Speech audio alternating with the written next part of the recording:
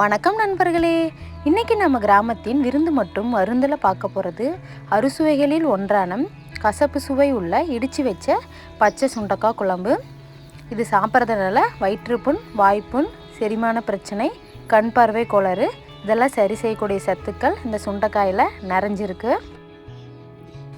அதுக்கு சுண்டைக்காயை அம்மியில் போட்டு இடித்து தண்ணியில் போட்டு நல்லா அலசி எடுத்துக்கலாம்.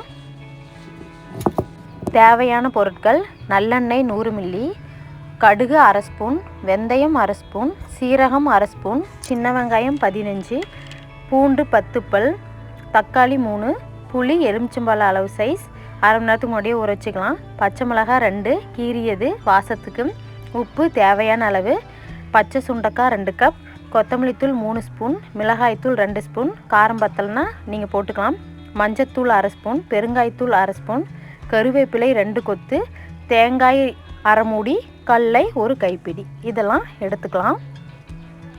இப்போ நான் சொன்ன அளவு 6 பேர்த்துக்கு செய்யக்கூடியது. ஒரு வாணலில் வச்சு தாளிப்புக்கு தேவையான எண்ணெய், கடுகு, சீரகம், வெந்தயம், சின்ன வெங்காயம், கருவேப்பிலை, பச்சை மிளகாய் இதெல்லாம் போட்டு நல்லா வணக்கிக்கலாம்.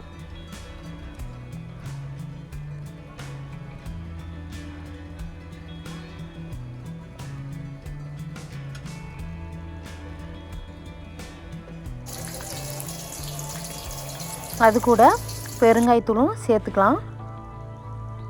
பூண்டு இதெல்லாம் போட்டு இப்போ நல்லா வணங்கிருச்சு. நாம் ஏற்கனவே கட் பண்ணி வச்சுக்கிற தக்காளியும் சேர்த்து அது கூடவே உப்பு போட்டு நல்லா வதக்கிக்கலாம். தக்காளி நல்லா வதங்கட்டும்.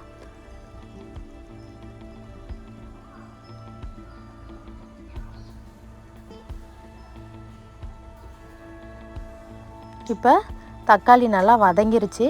இந்த பதத்தில் நாம் எடுத்து வச்சுக்கிற சுண்டைக்காயை போட்டு நல்லா வணக்கிக்கலாம்.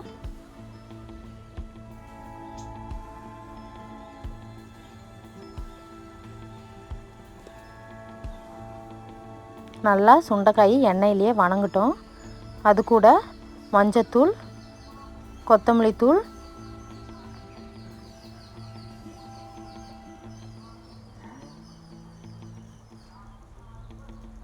மிளகாத்தூள் இதெல்லாம் போட்டு நல்லா பச்சை வாசம் போகிற வரைக்கும் வணக்கிக்கலாம்.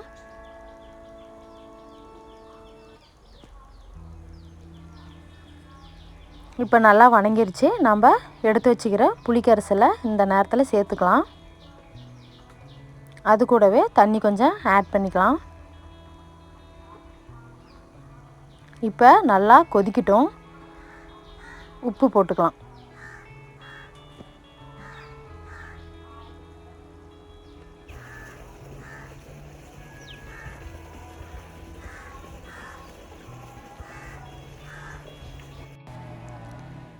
இப்போ புளி நல்லா கொதித்து இந்த மாதிரி எண்ணெய் பிரிஞ்சு வர நேரத்தில் நம்ம அரைச்சி வச்சுக்கிற கடலத்தேங்காய் பேஸ்ட்டை இதில் சேர்த்துக்கலாம்.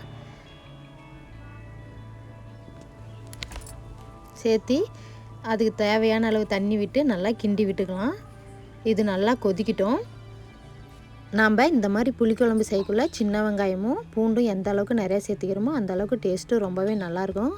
இப்போ குழம்பு நல்லா கொதிச்சிருச்சு. சூடான சுவையான இடித்து வச்ச பச்சை சுண்டக்காய் குழம்பு ரெடி ஆயிடுச்சு. நீங்களும் இந்த மாதிரி உங்கள் வீட்டில் செஞ்சு பார்த்துட்டு டேஸ்ட் எப்படி இருக்குன்னு சொல்லிட்டு கமெண்ட்டில் சொல்லுங்கள்.